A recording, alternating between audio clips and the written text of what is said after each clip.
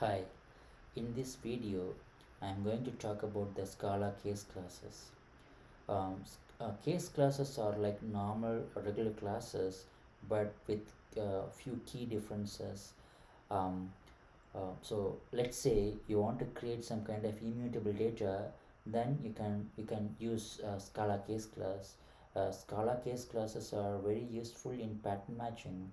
In this video, I'm going to give some examples and how we can create a case class and how we can use the case class in comparison operator and all, right. So let's see an example here.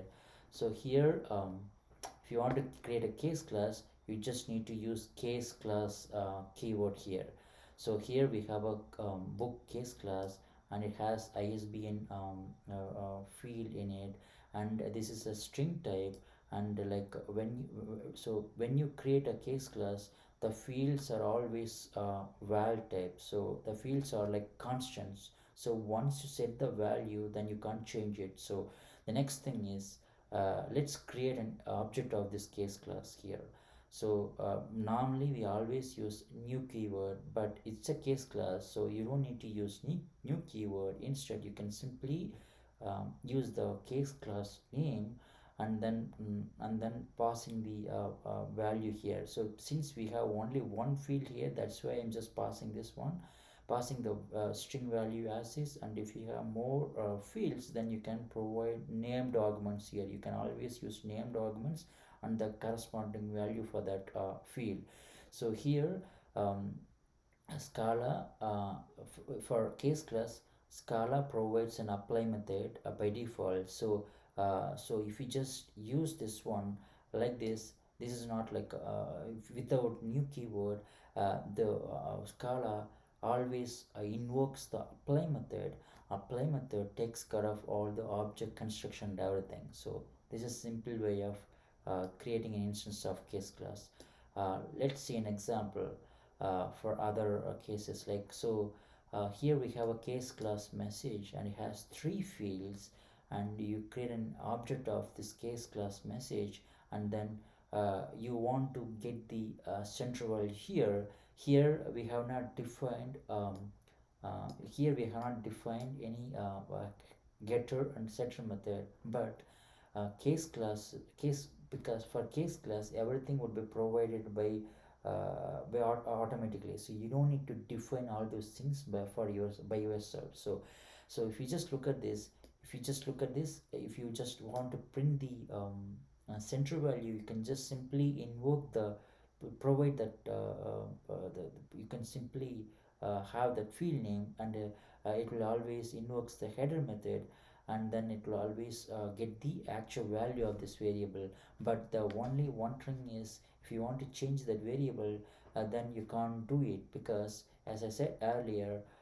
so case classes are like immutable data. So all the fields are immutable, so once you set it, then you can't change it. So that's why if you try to say it here, then you will be getting an error, compile time error here. Let's see an example how to compare these two, the instance of these case classes. So here we have message. We already have seen this case class definition here. So we are creating two objects with the same content, and then if you want to compare these two objects, we can simply use double equal to operator. So normally in Java, if you use double equal to operator, it will just check only the references. But here it will invoke the equals method here, but equals method we have not defined here, but Scala provides the equals method automatically, so you don't need to define it anything. And also Scala provides a toString method as well, so you can simply print the case class here. So and it always provides the toString method. So toString method provides the proper way of printing the contents of this case class. So yeah, so this is the nice feature here.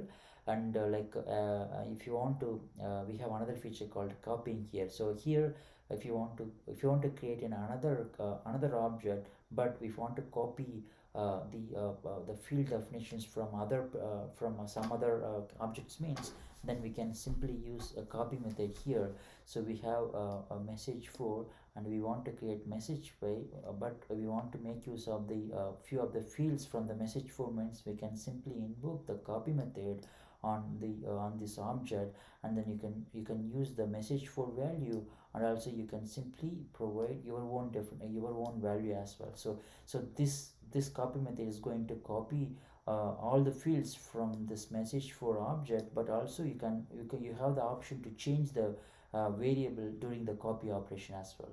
So this is the nice example for using copy operations. Yeah, Scala has Scala case is like a so good features for getting immutability, and it's very useful in a lot of places. So in Java 16 also they introduced something like this.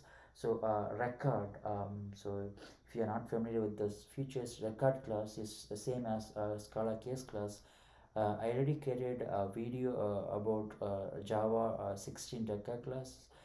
Please check out my channel to get to know about that particular features.